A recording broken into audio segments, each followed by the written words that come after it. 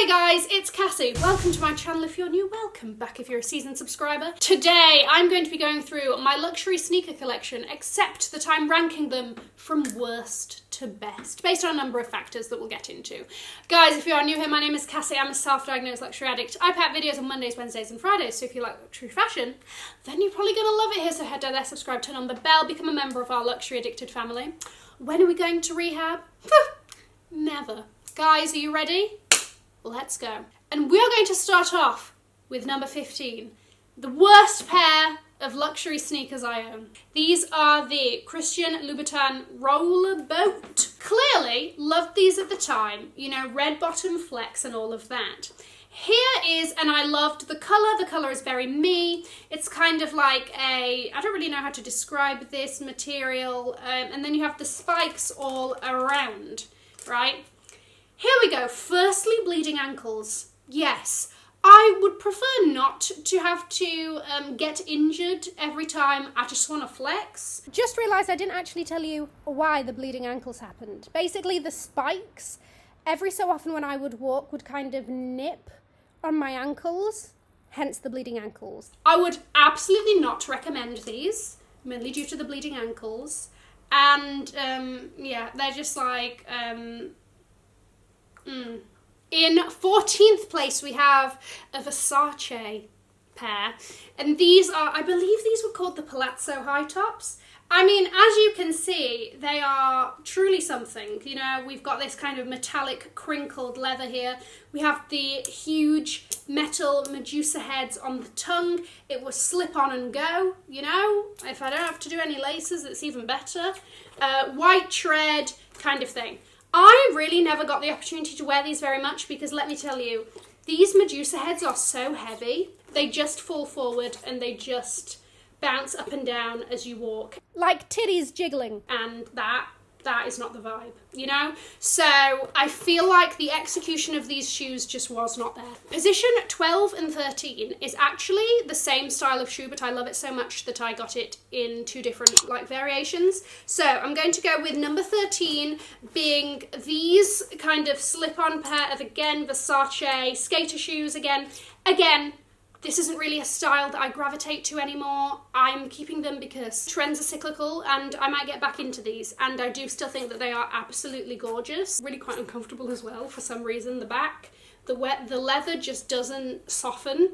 These are number 12. I was obsessed with these shoes and you can see them from like all of the rubbings. I would do it with an all black outfit and wear these, and I was like, oh my gosh, gold shoe flex, which I do very much appreciate. And do you want to know what? I was like 21, and truly 2014 Cassie, she was killing it. So I've got to give her credit because, you know, Cassie 2.0 was trying something and it was working, but it's just not, it's not quite the vibe now. In 11th place, we have these Giuseppe Zanotti, crystal high tops. These are honestly like huge and chunky and heavy and demand attention. I mean, my gosh, they're just like gold and crystals and very like Justin Bieber, like as he was like going through that spiral phase, very like DJ Khaled, you know. I basically did a paid internship and I spent my last internship paycheck on these, and I still love them. I will never get rid of them. I need to, you know what? That's the thing. I need to integrate these more into my wardrobe. Giuseppe used to make a lot of this style, and I really don't think they do anymore, which is just, you know, a sign of the times. In 10th place, the Alexander McQueen oversized sneaker. I do not wear these anymore. I would say I probably have not worn these for the last year. I go into detail about what I think about these shoes and everything. I did a whole video on that. I loved them, obviously, and they were fine and all of that, but honestly, just watch that video because I truly can't be bothered to give these any more attention than they get. So, in 9th place, I really love these trainers. I just don't wear them as much as I should. Black leather Gucci high tops, and you have the Gucci print embossed in the leather. These are super comfy, super soft, Like, just like very classic looking. I really, really like these. I just need to wear them more, to be honest, and I'm not sure why I don't. I'm also really annoyed because I think they've stopped making these and I don't know for what reason. These used to be like one of the classic Gucci styles that was like always available, and they would do them in different colours. In 8th place, we have the Balenciaga Speed Trainer. And do I have a story for you? I went to like this Nike workshop thing. Virgil was doing a collaboration with Nike, and so I managed to get a place on the workshop. I went. As I was there, Virgil like walked into the workshop, and I was like, oh my gosh, and people were going up to him and asking him to sign things, and I was like, I really, really want him to sign something, but I want him to sign something that I'll use. So I asked him if he would sign my Balenciaga Speed Trainers. So I have Virgil's signature there, well, just his name basically, and then he wrote Air on the other side. I will never get rid of these, I will never sell them, but aside from that, the shoe themselves are extremely comfortable. Do I ever so slightly think that this trend is on its way out? Yes, however, I don't blame you if you still want to buy these now and you don't have them. They're extremely comfortable, very easy to just like slip on and go. They're also true to size. In 7th place, my Louis Vuitton Archlight. Honestly, from 7th upwards, this gets really, really hard. I love the Archlights. I know a lot of people really don't like them. They do look weird. They look like alien shoes or something, but I'm not going to lie to you, they slap. They look fantastic. Obviously, I had to get the neon colourway when I saw it. It gives a little pop. These also are true to size. I got a 39.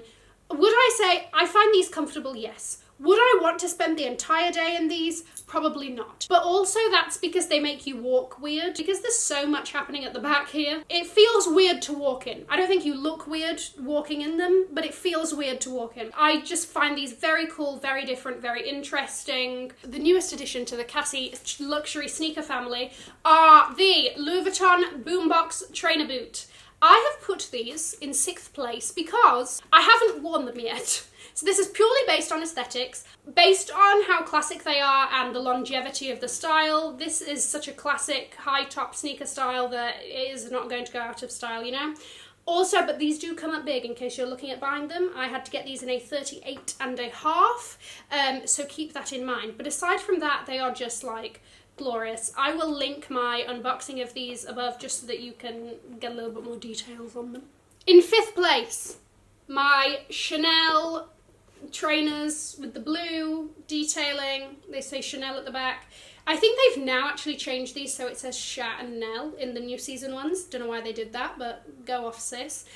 Here's the thing. I really, really like these. I find them extremely comfortable. They are, of course, again, a very classic trainer style. These are Chanel Air Force Ones, to be very honest with you. Let's not lie. I got these in a size 39, true to size. So, I mean, they look great. They're just so easy. Give a little pop to the look with the blue. Why not? In 4th place, Versace Chain Reactions. I love these, and these are so underrated in my opinion. I think that they're very intimidating looking. I mean, obviously, look at them. You've got like this huge, massive thing. There's a pattern happening. The sodding, what is this? The lace is chunky and all of that. Right, there's a lot happening with this shoe. But I actually think that this, personally for my wardrobe, still matches with a lot of pieces that I would wear. So I just love it. I love the mix in textures. This bit is silk, which does make it a little bit like, I do like to be mindful when I wear these and, you know, not go jumping in puddles or something. This spells love in Braille. Like, it's just, they just are so different and cool and unique to me. I love the height it gives you. These are also true to size. These are a 39. In 3rd place of my luxury sneaker collection, I was obsessed with these as soon as I saw them hit the runway. And I was like, oh, that is absolutely perfect, okay? So it's this, it's in orange neoprene. You have all this like white leather trimming, greyish kind of suede, these black details. I called up every London Chanel store for about a month, every single day, to ask if they had them in, to ask if I could get on a waiting list, and eventually I got my hands on them. So the lesson of today, kids, is perseverance pays off. Sometimes you have to do something so many times to the point that it pisses somebody off and they just give in. I'm pretty sure that's what I did to the Chanel Sloane Street store. In second place, the Gucci Crystal Ace sneakers. You know how much I love and respect these shoes. I am obsessed with them. Why? Because they go with everything. As much as the Ace sneaker we see a lot of, the crystals just give that pop of like extraness that is I love it. The crystals look like it would be a lot and you'd be blinding people left, right and centre, but it's also like not too much. I live for the platform vibe. I've had these for a number of years now. I think maybe almost 3 years. Not a single crystal has fallen out. I am such a huge fan of these. I mean, you know that because I talk about these all the time on my channel. I went a whole size down in these. They do come up big, so take notes. And in first place, I wonder if you could guess this, my best pair of luxury sneakers, the ones that I recommend the highest, the ones that go with everything, timeless, comfortable, these Chanel black low tops.